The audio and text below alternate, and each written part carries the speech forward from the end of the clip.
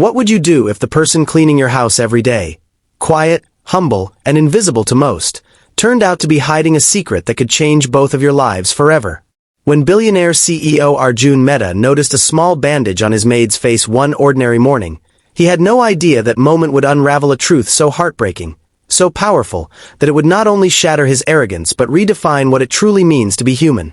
This is not just a story about wealth, it's a story about compassion, second chances, and the courage to see beyond what meets the eye. Stay with me till the end, because what happens next will leave you speechless. Arjun Mehta was the kind of man who had everything money could buy, and yet, very little of what money couldn't. He owned 3 companies, 5 luxury cars, and a penthouse overlooking the city skyline. But inside, his life was as cold as the marble floors of his mansion. Every morning, his routine was flawless. Coffee at 6:30, gym at 7, meetings by 9. And every morning, his maid, Maya, silently went about her work, polishing glass tables, arranging his suits, ensuring his breakfast was served exactly the way he liked it. She was quiet, efficient, invisible. Or at least she used to be. That morning, Arjun noticed something unusual. As she placed his breakfast tray on the table, he saw it, a white bandage on her cheek, barely hidden under her hair. It wasn't there yesterday. What happened to your face? He asked, his tone sharp but curious. Maya froze. Her hands trembled slightly, the cup on the tray rattling. It's nothing, sir, she said softly. Just a small accident. Arjun frowned. An accident? What kind of accident? Her eyes darted away. Just fell at home. It's nothing serious. Something about her tone didn't feel right. But Arjun, the busy man he was, shrugged it off. Be careful next time, he said, glancing back at his phone. But as she turned away, he caught a glimpse of something else, a bruise peeking out from beneath her sleeve. For a moment, he wanted to ask. But the phone rang, and business called.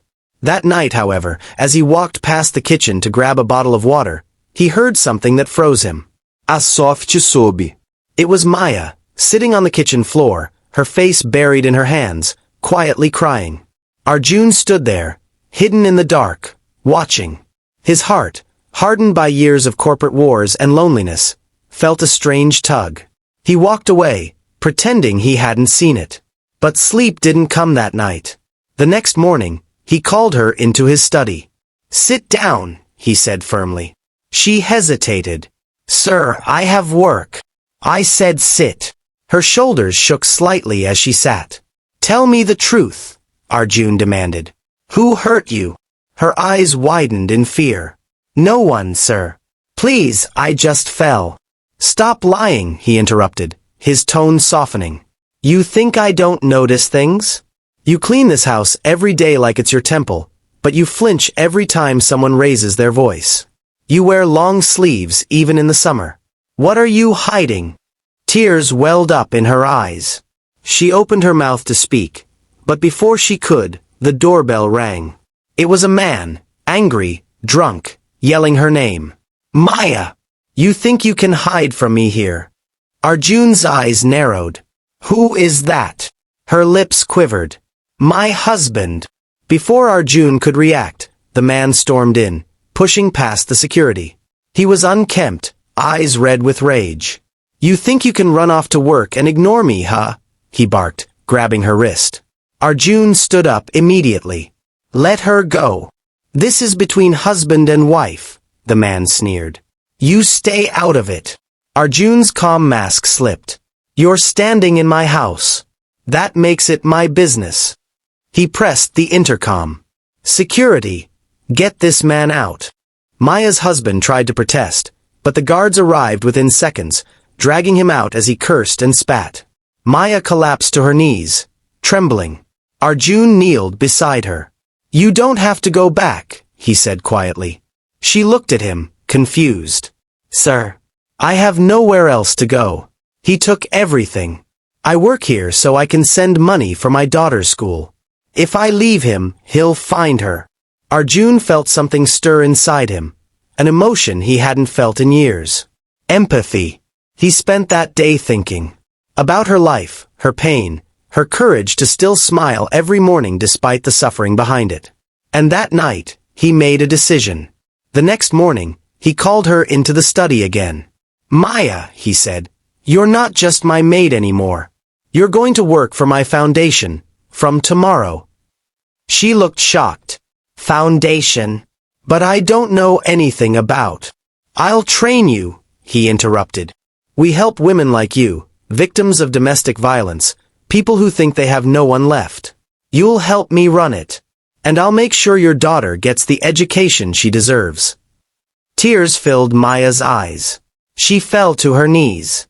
"Sir, why are you doing this?" He smiled gently. "Because someone once helped me when I had nothing. It's time I did the same." Months passed. Under Arjun's mentorship, Maya blossomed.